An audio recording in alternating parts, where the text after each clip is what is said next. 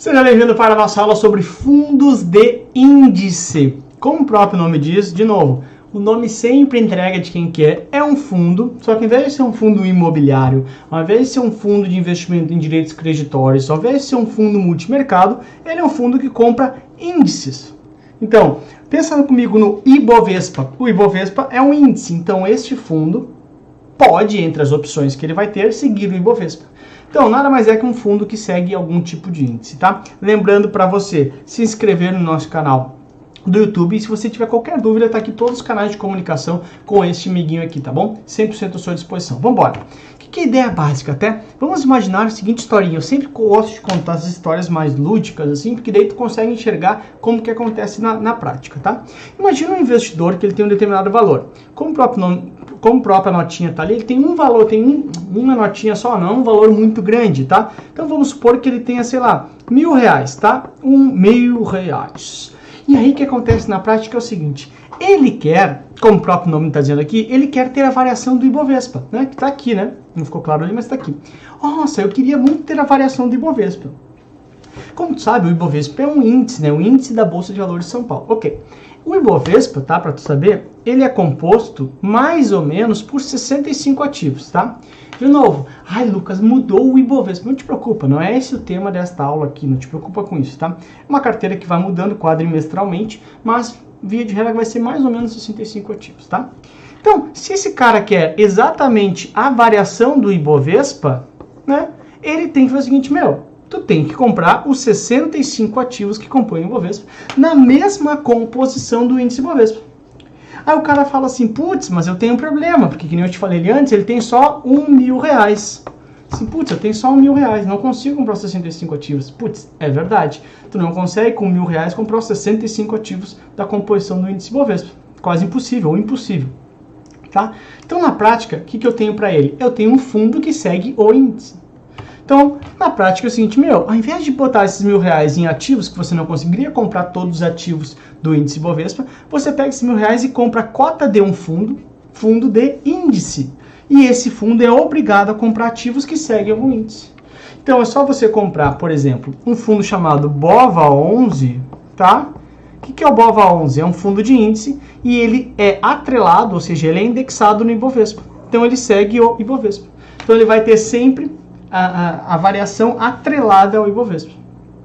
Putz, é uma baita de uma opção, porque eu tenho rentabilidade do Ibovespa, né, muito parecida, claro que tem taxa de administração e tal, sem necessariamente precisar comprar todos os ativos do Ibovespa, muito mais prático. Claro!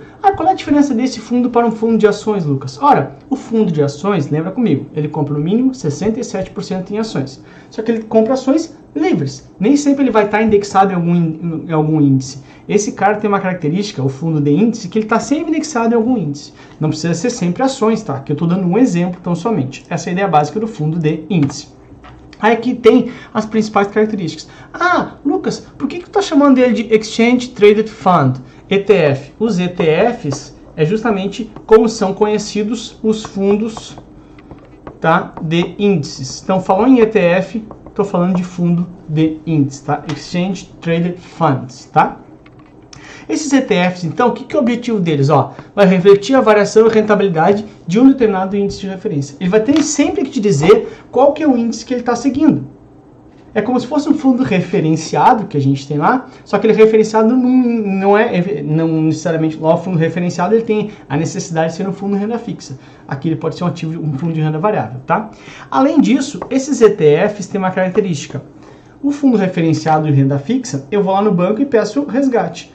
Os fundos de ETF, o teu resgate, ele se dá em bolsa de valores. Então, os ETFs têm suas cotas, os fundos de índice têm suas cotas. ETF e fundo de índice é a mesma coisa, tá? Os fundos de índice têm suas cotas negociadas em bolsa de valores, tá? Aí aqui uma diferença, Os fundos de ações, lembra que ele tinha exigência ter no mínimo 67% em ações. Já o fundo de índice, os ETFs, eles têm exigência de ter 95% em ativos do índice que ele vai seguir. Então, olha que ideia. Quando eu boto no mínimo 95%, praticamente todo o dinheiro tem que estar em ativos daquele índice que eu vou seguir, eu vou ter basicamente a mesma rentabilidade do índice. Putz, e é óbvio tem que ser isso, porque naturalmente quem entra aqui, quem compra o BOVA11, por exemplo, que eu dei de exemplo lá, que é o exemplo real, ele quer naturalmente a variação do índice Ibovespa, do Ibovespa, do índice Ibovespa. Então, o BOVA11 obrigatoriamente tem que comprar no mínimo 95% do seu dinheiro em ativos do Ibovespa. Na mesma proporção dos ativos que tem no índice, tem que estar na carteira dele. Essa é a ideia básica, tá? Muito importante dizer que o lote padrão, como é bolsa de valores, tem um lote padrão para compra. O lote padrão para ações, ok? O lote padrão para ações são 100 ações. O lote padrão para ETF eram 100 cotas também, mas reduziu para 10 cotas para ter mais liquidez. Então, lote padrão para o ETF, que aliás é a questão que a gente vê no final dessa aula, que caiu na prova que eu fiz esses tempos. Lote padrão para ETF, 10 cotas, tá? Um pouquinho diferente do lote padrão da Bolsa de Valores, onde o lote padrão é como se fosse, tu não consegue comprar avulso uma ação. Até consegue, mas tem muito menor liquidez, né? Mas via de regra, tu compra sempre um lote padrão. Para as ações de 100 ações, para as ETFs são 10 cotas, tá? Aí aqui tem uma vida real aqui também, ó, do BOVA11 para te ver, tá? Então, cada cota custa R$ 87,00. Então, lembrando que você tem que comprar no mínimo 10 cotas, ou seja, você vai comprar no mínimo R$ 874,00, tá?